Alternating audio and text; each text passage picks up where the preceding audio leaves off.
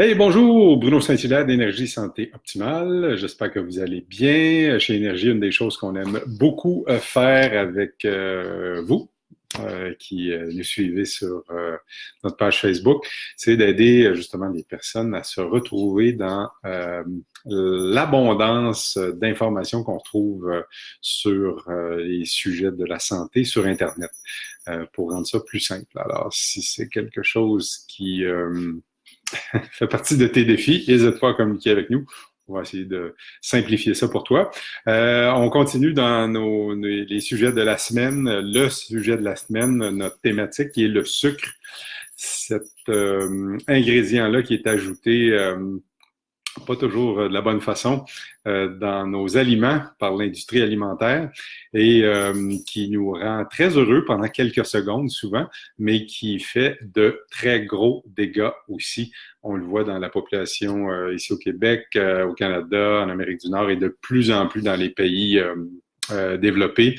Le sucre fait beaucoup plus de dommages que de sourires et c'est le sujet de notre capsule Facebook Live aujourd'hui. Donc, si vous arrivez, un petit pouce, un petit allô, bonjour Kitania, pour que je puisse vous dire bonjour à mon tour.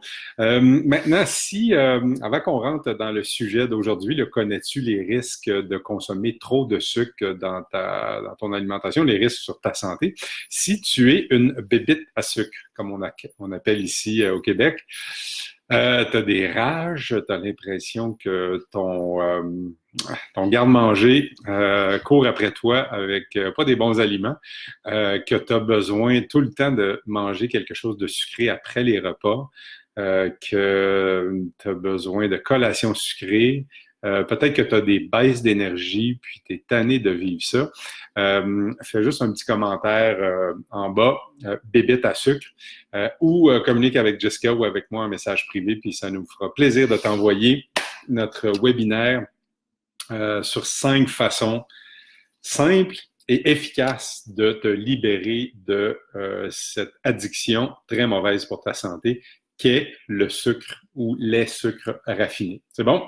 Alors aujourd'hui, pour mettre la table sur connais-tu les risques de consommer trop de sucre sur ta santé, je vais citer une vaste étude qui a été publiée dans le JAMA, le Journal of American Medical Association, en avril 2014. Donc, ça fait quelques années de ça. Et c'est une vaste étude qui a été menée pendant plus de 15 ans, dans les années 90 et début des années 2000, sur la consommation du sucre ajouté dans les aliments solides ou liquides. Donc, c'est une méta-étude qu'on appelle dans le domaine scientifique. Et il y a des chiffres assez étourdissants qui proviennent de cette étude-là. Je ne vous ferai pas part de tout ce qui était dans ça, là, parce que ça nous prendrait plusieurs minutes. Mais les grandes lignes que les chercheurs ont constatées dans cette étude-là, c'est que la moyenne de calories consommées par jour par les Nord-Américains provenant du sucre ajouté à nos aliments est passée de 10 à 15% des calories qu'on consomme à tous les jours et dans certains cas monter jusqu'à 25%. Le quart de ce que une bonne partie de la population nord-américaine, le quart de ce qu'ils consomment à tous les jours provient du sucre ajouté dans l'alimentation. Je ne sais pas si ça vous fait frissonner, là, mais c'est pas très, très drôle. Et ça a un impact très important sur notre santé, très négatif sur notre santé. Les scientifiques qui ont mené cette vaste étude-là nous disent que ça a un impact sur plusieurs aspects de notre santé. Je vais vous en nommer quelques-uns. Pas pour vous faire peur, mais en fait pour vous faire prendre conscience que le sucre, ça a l'air simple, c'est blanc, ça a l'air beau, inoffensif. Puis souvent, on le voit même pas. Il est additionné dans les aliments solides ou le liquide qu'on voit partout. Moi, ça me frappe beaucoup de voir des enfants qui vont boire des breuvages supposément à valeur additionnée, mais c'est bourré de sucre. Dans les sports, dans les cafétérias d'école, dans les marchés d'alimentation, dans plein de points de vente. Vous allez faire le plein d'essence, vous arrêtez, vous rentrez dans le dépanneur pour payer votre essence, on vous bombarde d'aliments hyper sucrés.